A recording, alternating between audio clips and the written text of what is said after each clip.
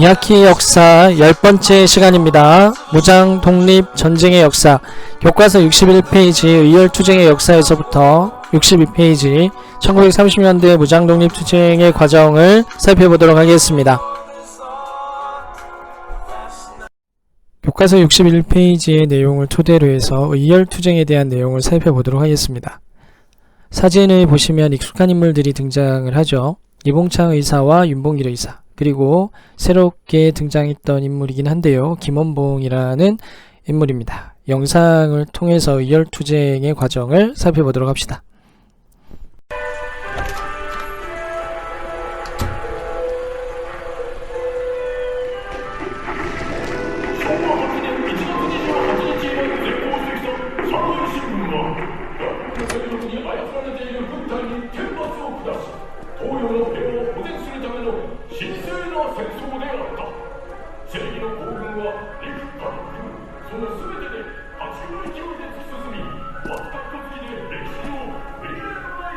오마에 난다. すいません。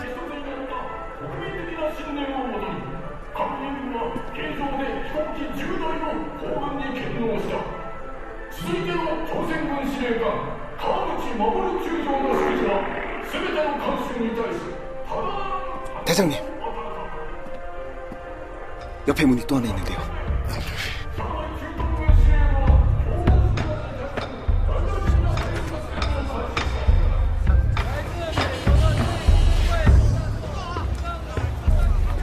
명우 저쪽으로 가보고 부두 쪽으로 가라. 네.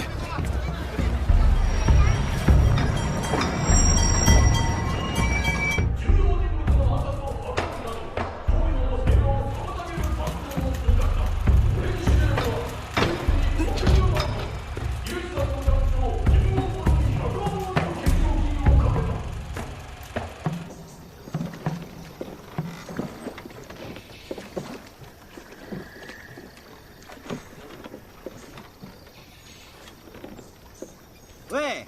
야, 너 짜장 떼어위 있나? 이 근처에 대한민국 임시정부가 있다던데. 너 뭐하는 놈이야?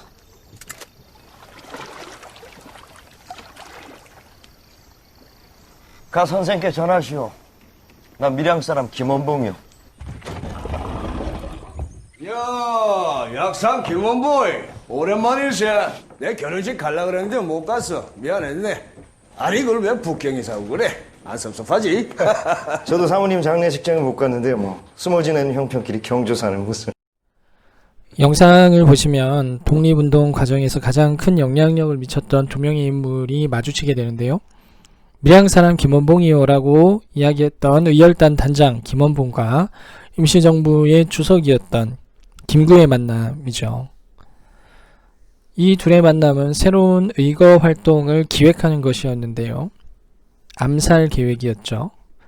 1920년 초반에 의열 활동을 주도했던 단체는 의열단이었습니다. 의열단이 결성됐던 것은 1919년이었고요. 김원봉을 중심으로 한 소수의 인원들이 신채호라는 인물을 만나게 되면서 체계를 갖추게 되고 그들의 혁명의 기초적인 사상들이 구축되게 됩니다. 신채호는 조선혁명 선언을 통해서 준비론과 외교론을 신랄하게 비판을 했고요. 우리 앞에서 봤을 겁니다. 그와 동시에 독립운동의 주체를 지식인들 혹은 독립운동가로 제안한 것이 아니라 민중들이 독립운동의 주체임을 규정하게 되고요. 그들에 의한 직접혁명론을 혁명의 방식으로 제안하게 됩니다. 이러한 의열단의 목적은 각성한 민중들의 연대를 통한 사회적 봉기로 일본의 제국주의를 타도하자는 것이었고요. 그러기 위해서는 민중을 각성시키고 상호간의 연대적 힘의 인식을 촉발하기 위해서 사전적으로 이거 활동이 필요하다고 봤었던 겁니다. 그들의 활동의 주류는 주로 일제의 주요 의사결정을 내리는 사람들을 암살하는 것, 그리고 조선인들 식민지배 과정에서 착취하고 학대했었던 상징적 식민지배기구를 파괴하는 활동으로 나타나게 됩니다. 의열단 활동을 잠깐 살펴보도록 하겠습니다. 의열단의 단장은 김원봉이었고요. 여기 활동들을 쭉 보시면 식민 통치의 상징적인 곳이었고요. 독립운동가들을 색출하고 탄압했었던 곳 종로경찰서죠. 종로경찰서 폭파를 성공으로 이룩했던 김상옥부터 해서 조선 농민들을 가장 고통스럽게 했었던 상징적인 곳이 동양척식주식회사일 겁니다.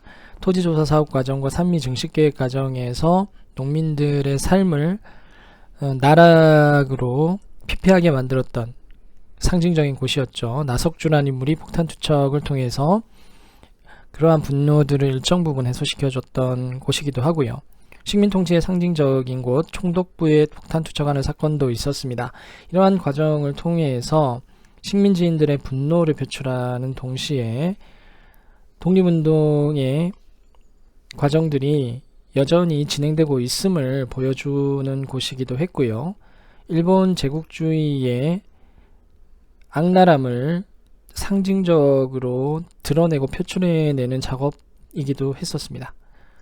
그러면 이제 의열단 이후에 새로운 의거 활동들이 어떻게 진행됐는지를 살펴보도록 하겠습니다.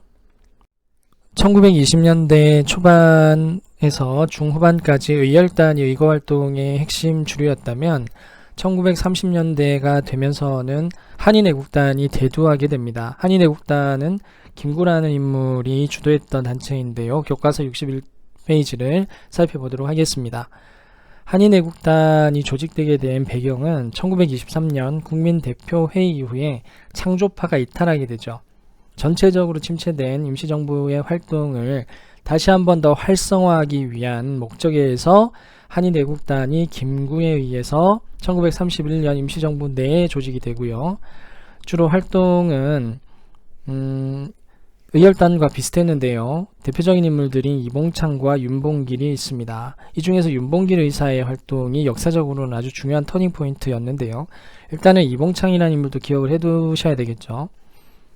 도쿄, 적국의 심장이죠. 도쿄에서 일본 천황을 저격하려는 시도를 했고요. 성공을 거두지는 못했지만 당시 많은 조선 인민들에게 독립의지를 다시 한번 각성시키는 계기가 됐었고요. 중국인들의 관심 역시 모으게 되는 작용을 하게 됩니다.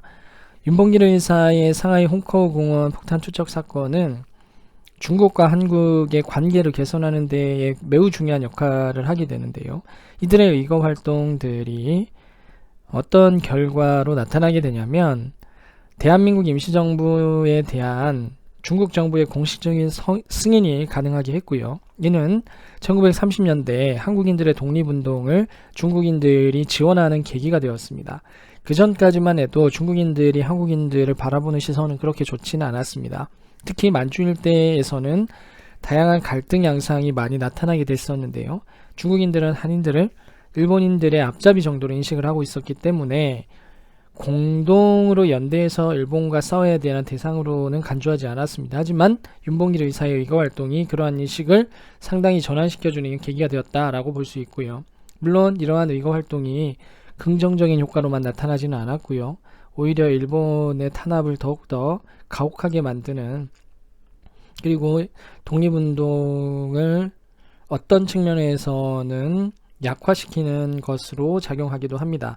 그래서 일본의 보복 조치에 따라서 상해 임시정부는 중국에서 이제 떠돌게 되는 하나의 계기가 되기도 했었던 것이죠. 한인애국단 활동 중에 윤봉길 의사의 활동이 훨씬 더 중요하다고 이야기를 했습니다. 당시 윤봉길 의사의 항일 의거에 대해서 중국 국민당의 수장이었던 장제스의 표현을 빌면 중국의 백만대군이 해내지 못한 일을 한국 용사가 단행하였다라고 높이 칭송합니다. 이는 한국과 중국이 항일 전쟁을 연대해서 싸울 수 있는 결정적인 계기로 작용하게 되는데요. 독립운동 역사에서 굉장히 중요한 전환점이기도 했습니다. 그래서 여러분들 꼭 기억을 해두시고요. 교과서 하단부에 나와 있을 겁니다. 윤봉길 의사에 대한 이야기, 감동을 받았다라는 내용과 중국 정부가 한국인들을 지원해주는 계기가 되었다라는 내용 나오죠. 윤봉길 의사의 의거 활동과 관련 있는 거다. 잘 기억을 해두시면 되겠습니다. 교과서 62페이지로 넘어가겠습니다. 1930년대 무장독립투쟁의 전개 과정을 살펴볼 텐데요. 1930년대 무장독립투쟁을 전개하는 과정에서 크게 두 가지 변수가 작용하게 되는데요. 중국에서 벌어지게 되는 두 개의 전쟁이 그것입니다. 첫 번째는 항일전쟁인데요. 일본의 대륙 침략이 본격화되면서 중국은 일본과 대항해서 전쟁을 펼쳐 나가는데 독립군과의 관계에 있어서 항일전쟁은 아주 큰 변수로 작용하게 됩니다. 또 두 번째는 국공내전이었는데요. 1차 국공합작이 결렬이 되고 국공내전이 1930년대 중반까지 진행이 됩니다. 그리고 1937년이 되면 2차 국공합작이 벌어지게 되는데요. 이러한 국민당과 공산당 간의 갈등과 연대의 과정들이 독립운동 과정에 역시 큰 변수로 작용하게 됩니다. 그러면 그 구체적인 내용들을 살펴보도록 하겠습니다.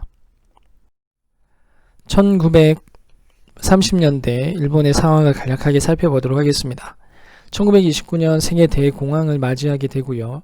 이러한 경제적 혼란은 일본에도 큰 영향을 미치게 되는데요. 일본은 경제적 위기를 돌파하기 위해서 전쟁이라는 수단을 선택하게 됩니다. 정부 역시 강경 군부 세력의 쿠데타에 의해서 교체가 되게 되고요. 그들에 의해서 본격적인 대륙 침략 계획이 실현되기 시작합니다. 1931년 만주 사변을 통해서 만주 지역을 장악한 일본은 청나라의 마지막 황제였었던 뿌이를 수반으로 하는 괴뢰정부 만주국을 수립하고 새로운 계획경제 하에서 공업화를 추진해 나가기 시작합니다. 만주사변은 독립운동에 있어서 크게 두 가지 변수를 만들어내는데요. 첫 번째는 만주를 중심으로 해서 독립운동에 거점을 마련했었던 독립운동이 위협을 받게 되고 약화되는 계기가 되었던 것이고요. 또 하나는 중국이 항일전쟁에 돌입하게 되면서 중국과의 연대 가능성이 나타나기 시작했다는 겁니다. 1937년이 되면 만주를 중심으로 해서 대륙을 운영했었던 일본이 본격적으로 관내 중국 본토죠. 중국 본토로 전선을 확대시켜 나가고요. 본격적인 중일전쟁이 벌어지게 됩니다. 이는 독립운동에 역시 몇 가지 변수로 작용하게 되는데요. 독립운동이 만주 주변이 아니라 중국 본토로 독립운동의 전투전장이 이동함을 의미하는 것이기도 했습니다. 1941년이 되면 일본은 미국의 석유 금수 조치에 대항해서 진주만을 습격함으로써 2차 세계대전에 본격적으로 참전하게 되고요. 미국과 소련과의 전선을 구축하게 됩니다. 이는 동아시아의 문제를 소련과 미국에 의해서 좌우되게 되는 새로운 변수들이 나타나게 되는 빌미를 제공하게 되었던 것이죠. 자, 그러면 이 시대적 배경 속에서 독립운동이 어떻게 전개되어져 갔는지를 살펴보도록 하겠습니다. 교과서 62페이지를 살펴보도록 하겠습니다. 1930년대 초반의 내용이고요. 1920년대 때 만주 일대에는 세 개의 군사정부가 있었죠. 이들이 민족유일당 운동의 과정에서 국민부와 혁신의회로 정돈이 되는데요. 국민부 예하에 조선혁명군이 결성이 되고요. 혁신의회 예하에 한국독립군이 결성되게 됩니다.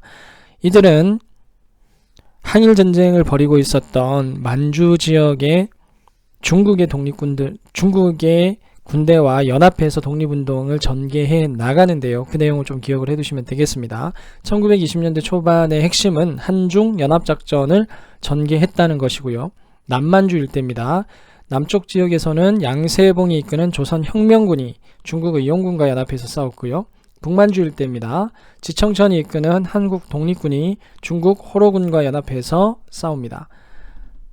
그림을 좀 기억을 해두시고요. 한국 독립군 지청천 장군이 이끌었죠. 쌍성부 전투 사도하자 대전자령 동경성 전투에서 승전을 이끌어냅니다. 남만주 일대입니다. 조선혁명군 양세봉 장군이 이끕니다. 영릉가 전투와 흥경성 전투에서 승전을 이끌어내죠. 중국군과 연합했다는 사실만 기억을 해두시고요. 어떤 군과 연합했는지까지는 기억을 할 필요는 없는 것 같습니다. 그리고 북쪽 지역을 이끌었던 장군과 남쪽 지역을 이끌었던 장군 구별해 주시면 될 것 같아요. 두 번째로는 중일전쟁 이후로는 대부분 관 내로 이동했다고 이야기를 했었죠. 사회주의 계열의 일부 독립운동가들은 관 내로 이동하지 않고 국경 주변에서 항일, 유격 활동을 전개했었는데요. 국내 진공작전도 펼쳐내죠. 대표적인 사례가 버천보 전투인데요. 김일성을 중심으로 한 북한의 주류 멤버들이 진행했었던 전투이기도 합니다. 이런 내용들이 30년대 초반의 모습이라고 한다면 30년대 중반은 중국 관내로 이동해서 독립운동을 전개하게 되죠. 그 내용 구체적으로 살펴보도록 하겠습니다. 민족 제1과 독립 제1이라는 두 개의 구호 아래 창설된 조선의용대는 총대와 두 개의 구대로 편성됐다. 이들은 각각 호남과 강서, 안휘와 하남 등 중국 남부지방에서 활동했고 김원봉은 100여 명의 대원들을 이끄는 총대장직을 맡는다. 조선의용대의 핵심 대원은 김원봉이 설립한 조선혁명 군사정치간부학교 출신으로 구성됐는데 이들은 모두 실전과 이론에 능한 엘리트들이었다.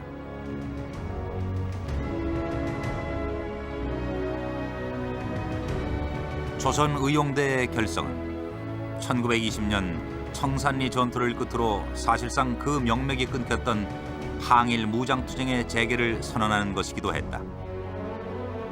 이들은 중한 연합전선을 통해 중일전쟁의 승리와 나아가서는 조선의 독립을 쟁취하자는 기치를 내걸었다.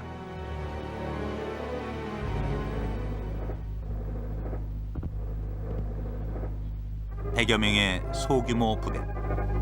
국제부대로서 중국군에 가담한 조선의용대의 역할은 전투보다는 대적 선전에 더 큰 비중을 두고 있었다. 조선의용대의 공작의 임무는 대적선전인 것입니다. 대적선전에 있어 우리의 동지들은 천명만 선전품을 아선과 저거구바에 던졌고 또 저거구바의 모든 중국 유학생 출신의 엘리트들이 많았던 조선의용대원 대부분은 중국어와 일본어에 능통했다. 중국군과 의사소통이 자유로웠을 뿐 아니라 유창한 일본어로 선전문을 써서 살포하고 적진을 교란시키는 선전 활동이 가능했던 것이다. 그것은 당시 중국군으로서는 하기 어려운 일이었다.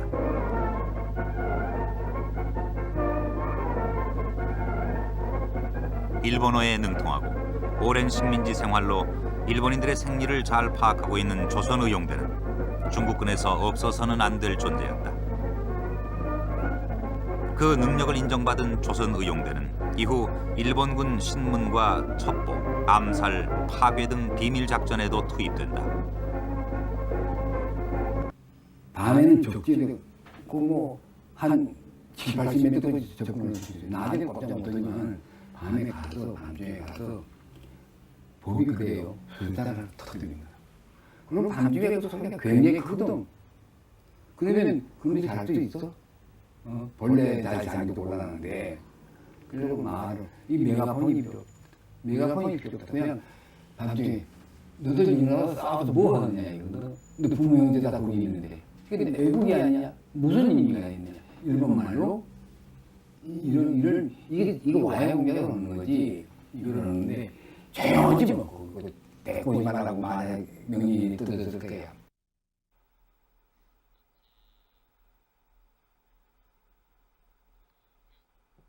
결성 직후 우한 방위전에 참가한 조선의용대는 대적 활동과 함께 중국인들의 전쟁 참여를 독려하는 선전전도 병행했다. 영상을 통해서 조선의용대가 결성되는 과정, 그들이 활동하는 모습까지 살펴봤습니다. 1938년도에 조선민족 전선연맹 산하의 예하부대로 김원봉을 중심으로 해서 조선의용대가 결성되어졌다라는 내용 기억해 두시면 되고요. 주로 대일심리전과 후방 공작 활동을 전개하고 있었다. 중국 국민당이 지원하에서 진행됐다고 볼 수 있습니다. 이들이 1941년도가 되면 본격적으로 독립전쟁의 전선에서 싸우기 위해서 이동하게 되는데요. 이동하는 과정에서 조선의용대의 일부가 조선의용군으로 개편이 되면서 성격이 달라지는데요. 그 내용을 좀 기억해 두셔야 됩니다. 조선의용대는 본래는 화북지역으로 이동하려고 했습니다. 예난 지역으로 가서 중국 공산당과 연대를 해서 싸우기로 했었는데요.